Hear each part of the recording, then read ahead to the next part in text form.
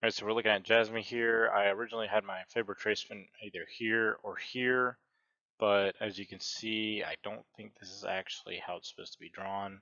If we actually come up here and draw it from this high right here to this low, you can actually see it fits the price action much better. For example, here we got a bounce, currently got a bounce again at this level. We got some pretty good touches within this range here. This is almost a touch. You can also see back here as well as here, as well as right here. So I think this is how this is supposed to be drawn. But either way, you can see that we have gotten a bounce here at around 1.7 cents. And currently we are up almost 40%. So if we turn on the RSI on the 4-hourly chart, you can see that the bullish RSI divergence actually played out relatively well. Again, we had a 40% move or so up from this bottom here.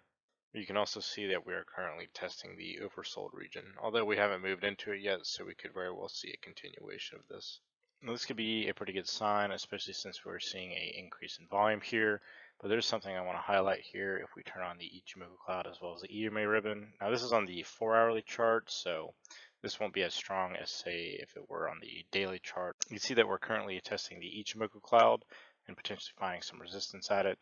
We have broken above the EMA ribbon, which is a good sign. We could very well turn this green and start kind of pushing the price action through the cloud here. And we'll also have to break this 200 EMA. So what I'm going to do real quick is draw a green box of support here from the bottom of this to the bottom of this and kind of extrapolate it out here. And you can see that in the past when we have found either support or resistance off of it, we've either had decent moves to the upside or decent moves to the downside. And here you can see that this pump from this bottom to this top, we turn off the EMA ribbon and the Ichimoku cloud so you can see this a little better. But you can see that it was a little over 200%. So even if we only get half of that here, we could very well move all the way up to 3.5 cents again, which is around the 618 level on the Fibonacci retracement. If we take a look at the Ichimoku cloud and the EMA ribbon on the daily, you can see that the EMA ribbon on the daily is actually lining up relatively well with the Ichimoku cloud on the 4-hourly.